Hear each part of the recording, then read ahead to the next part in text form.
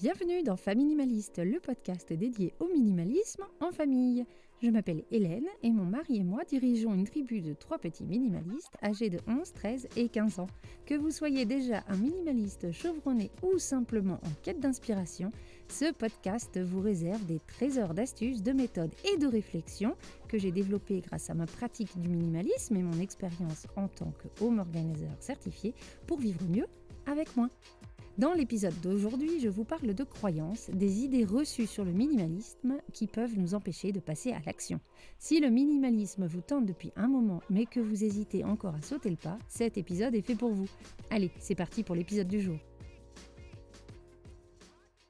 Quand on a annoncé à nos amis que nous quittions la France puis la Nouvelle-Zélande, beaucoup d'entre eux ont exprimé l'envie de faire comme nous et enchaînaient directement sur toutes les raisons qui faisaient que, malgré cette envie, ils ne pouvaient pas le faire. Eh bien, pour le minimalisme, c'est pareil.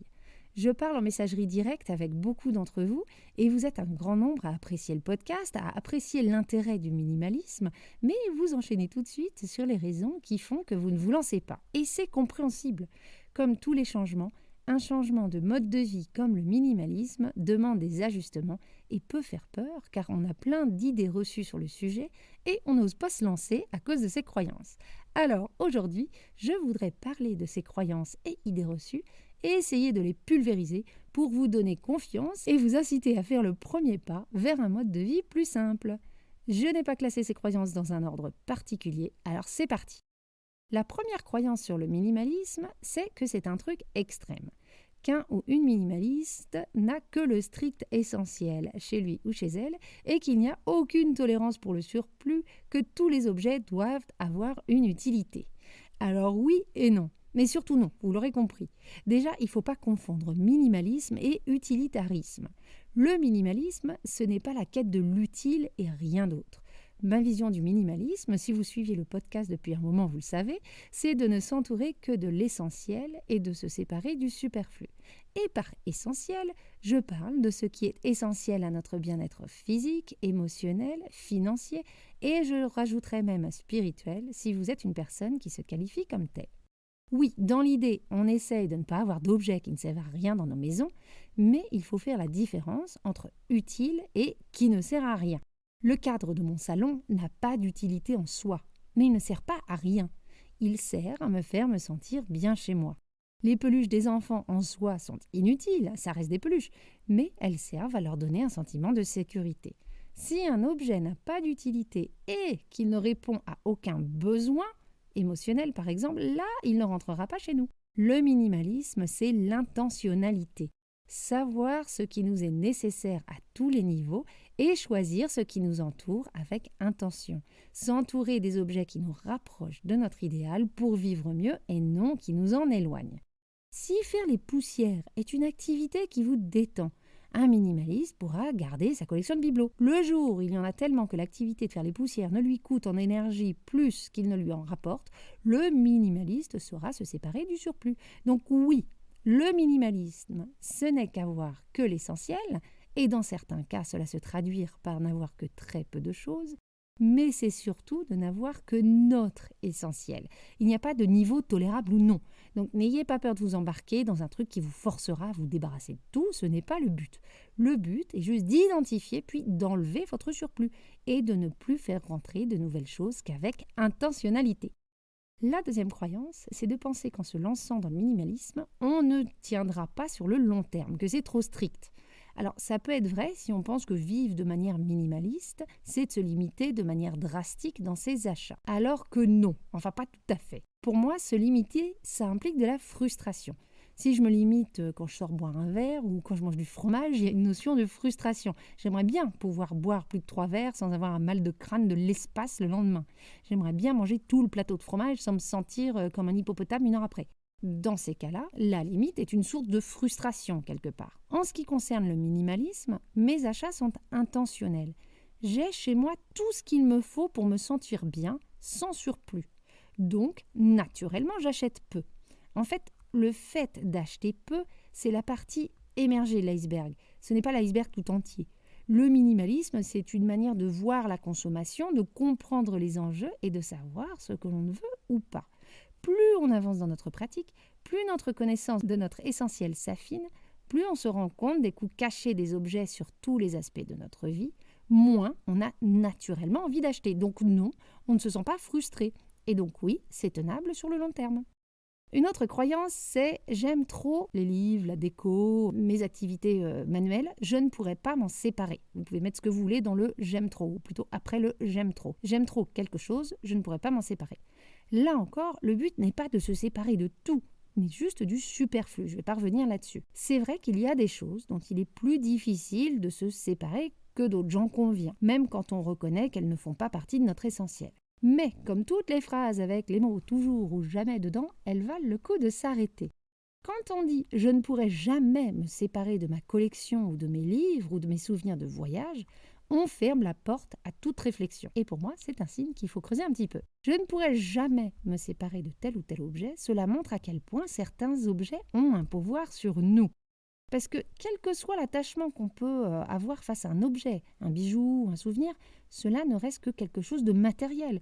Dans l'idée, on devrait pouvoir s'en séparer sans que cela ne nous cause une crise existentielle. Notre équilibre est-il tellement fragile qu'il ne supporterait pas l'absence de cette chose-là? Si c'est le cas, je pense qu'il y a des choses à régler et que ce n'est pas le minimalisme qui sera la réponse. Un ou une minimaliste reconnaît l'importance de certains objets autour de lui ou autour d'elle, mais il ne fait pas reposer son équilibre émotionnel et son bien-être juste sur la présence d'objets spécifiques. Et laissez-moi partager un secret avec vous. Quand vous aurez fait le point sur vos rapports à certains objets, le point sur les besoins auxquels ces achats compulsifs ou au moins réguliers peuvent répondre, et que vous commencerez à vraiment identifier votre essentiel, vous verrez que vous arriverez à vous séparer de choses dont vous ne pensiez pas être capable de vous séparer avant de commencer sur cette route. Je ne pourrais pas me séparer de livres, par exemple, c'est penser d'emblée que vos livres vous sont indispensables. Alors, c'est peut-être vrai. Ils feront peut-être partie de votre essentiel plus tard, mais peut-être pas.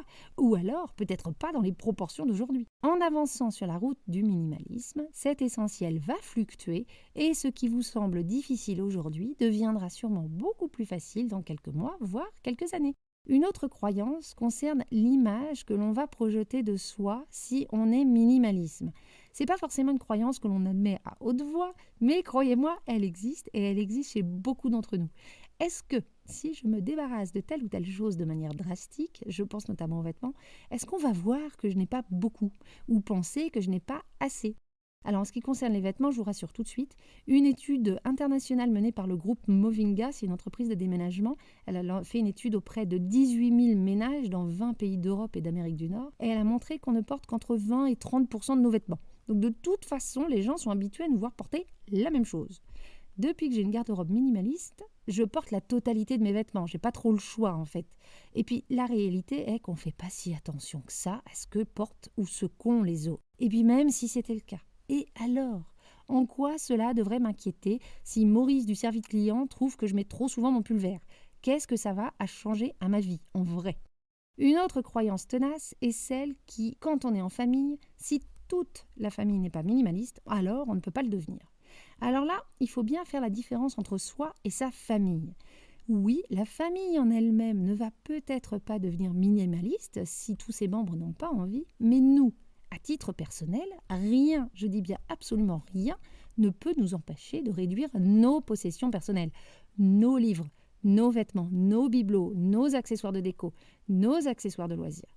Si vous avez envie d'en avoir moins et d'acheter moins, n'attendez pas l'autorisation de qui que ce soit. Si vous trouvez que votre cuisine déborde de choses inutiles, à défaut de pouvoir vous en séparer si ces ustensiles sont vraiment utilisés par d'autres membres de votre famille, vous pourrez toujours en acheter moins. Au-delà des objets personnels, si c'est vous qui êtes responsable de faire la cuisine ou de faire du bricolage ou de faire du jardinage et que personne d'autre ne prend cette initiative, libre à vous de réduire le nombre d'appareils ménagers, d'outils de bricolage ou de jardinage. Et soyez convaincus d'une chose, le désencombrement et le minimalisme, c'est contagieux.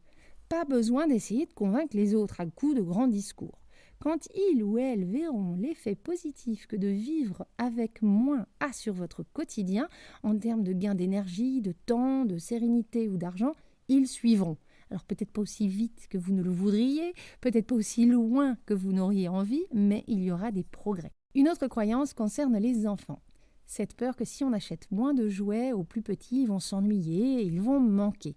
Si c'est votre cas, allez écouter l'épisode sur le sujet avec Marion, qui est puéricultrice et éducatrice de jeunes enfants.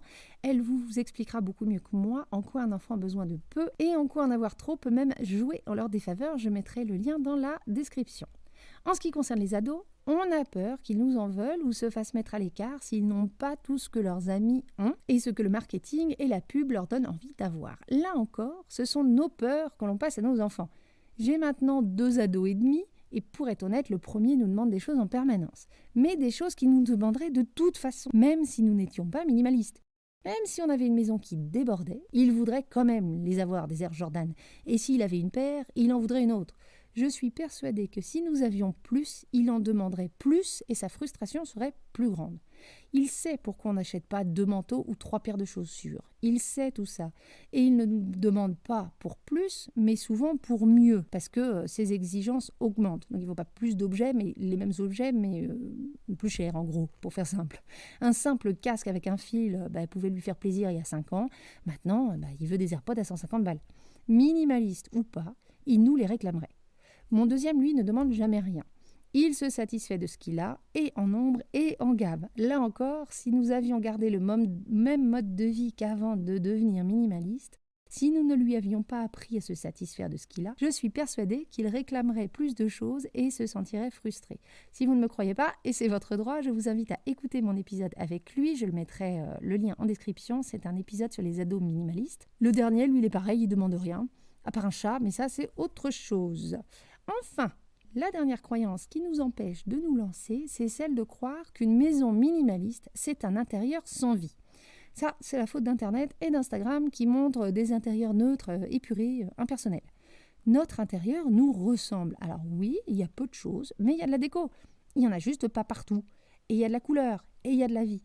La maison n'est pas rangée tout le temps, elle n'est rangée qu'une fois par jour avant qu'on se couche. Mais avec 3 enfants, croyez-moi, il y en a de la vie.